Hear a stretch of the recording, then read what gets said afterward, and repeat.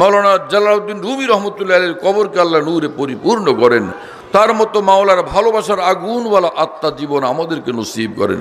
তিনি বলেন যে হায় হে দুনিয়ার মানুষ, আমার মন চায় আমার মাওলার জন্য সাগর আর সাগর পরিমাণ যদি কাঁদতে পারতাম, সাগর আর সাগর পরিমাণ। রাসূলুল্লাহ সাল্লাল্লাহু আলাইহি ওয়াসাল্লাম বলছেন, যার কাছে যাই থাকুক না কেন, কিন্তু সে নিয়ত যেরকম করবে আল্লাহর কাছে সেই রকম বড় পুরস্কার পাবে। চোখের পানি ছিল কয়েক ফোঁটা, কিন্তু তিনি মনে করছেন হায় সাগরকে সাগর যদি কাঁদতে পারতাম, সাগরকে সাগর পরিমাণ কান্নার মর্তবাই আল্লাহ তাকে দান করবেন। ইন্নামাল আমাল বিন্নিয়াত ওয়া ইন্নামা লিমরিইম মা নাওয়া।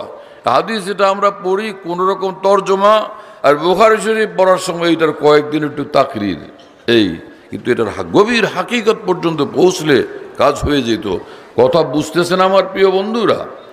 যে এক হাদিস শরীফ, নিয়তুল মুমিন খায়রুম মিন আমালিহি, মুমিনের নিয়তের দাম তার আমলের চেয়ে বেশি। কি কথা বুঝেন আপনারা? মুমিনের নিয়তের দাম তার আমলের চেয়ে বেশি। আল্লাহু আকবার। ফজরের 2 রাকাত পড়লেন, সব কি 5000 রাকাতের পাবেন? পড়ছেন কয় রাকাত? 2 রাকাত।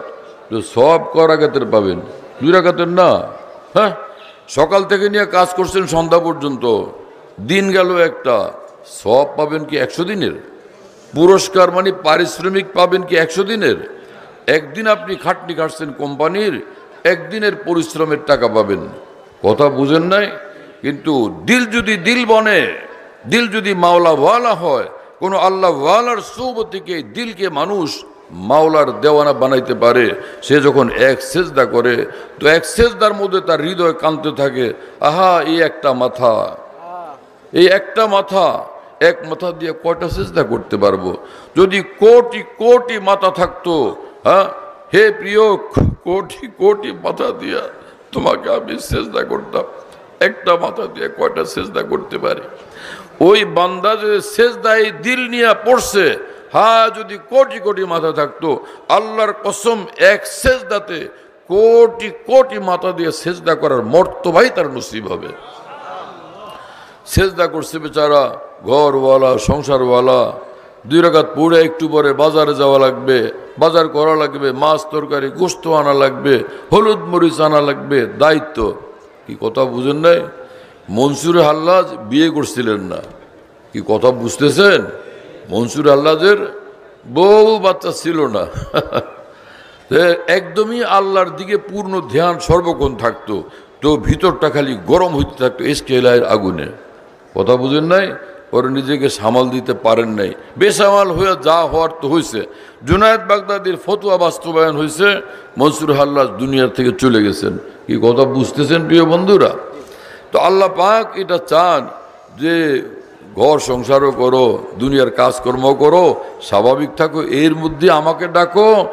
এই এত চতুর্দিকে ডাকাডাকি, এত লাখো কোটি হাতছানি, ঝামেলা, বাধা, প্রতিবন্ধকতা, এর মধ্যে আমাকে ডাকো। আমি দেখি না, আমি বুঝি না যে এত অসংখ্য বাধা ডিঙ্গে তুমি মাওলাকে তালাশ করো, মাওলার দিকে ছুটো। এই কারণে তোমার মর্তবা ফেরেশতার চেয়ে উঠবে, কারণ ফেরেশতার সামনে কোনো বাধা নাই আল্লাহকে ডাকতে, কোনো প্রতিবন্ধকতা নাই, কোনো ঝামেলা নাই, কোনো ঘর নেই, কোনো সংসার নেই।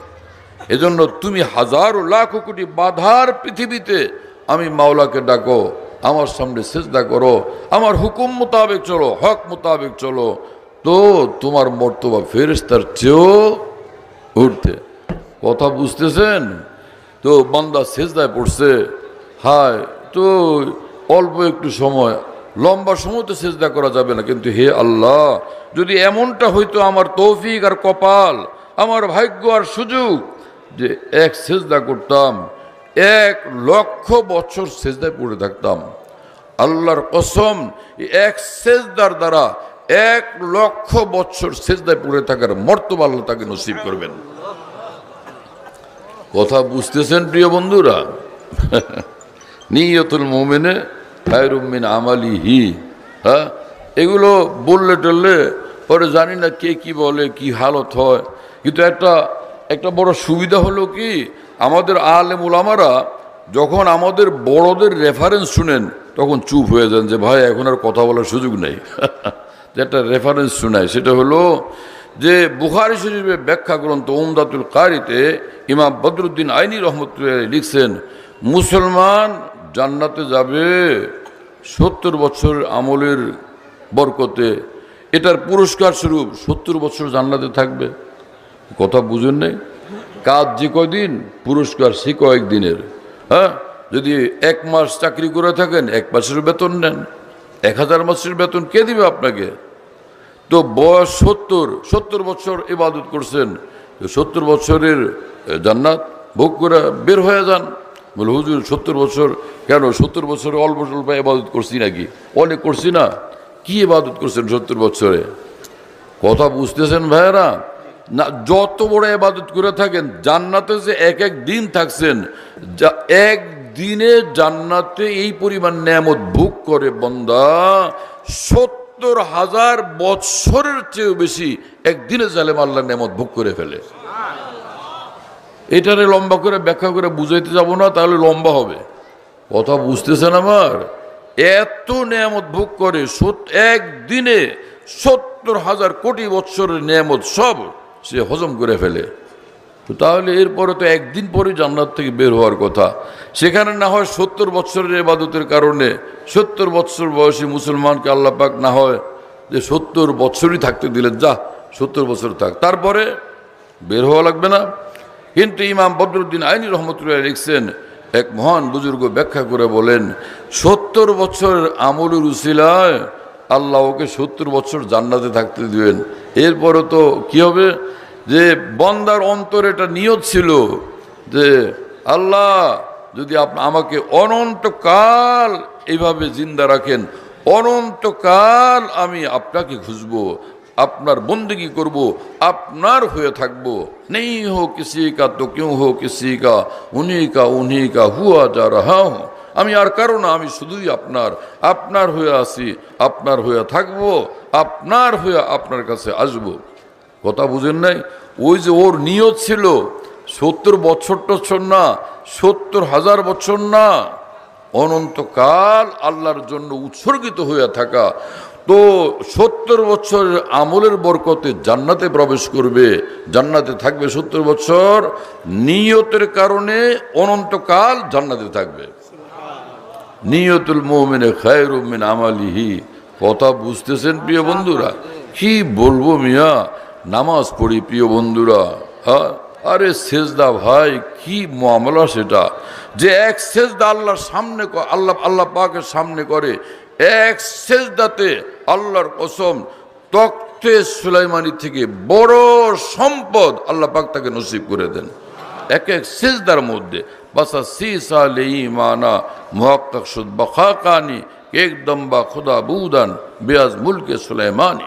এক বুজুর্গ বলেন যে 30 বছর আল্লাহকে ডাকার পর, একদম আল্লাহর হয়ে আল্লাহর পথে থাকার পর, সাধনা করার পর এই সত্য আল্লাহ আমার অন্তরে দান করছেন যে কিছুক্ষণ মাওলাকে ডাকাডাকি করা হযরত সুলাইমান আলাইহিস সালামের রাজ্য রাজত্ব সিংহাসনের চেয়ে লাখ কোটি গুণের চেয়েও বেশি দামি।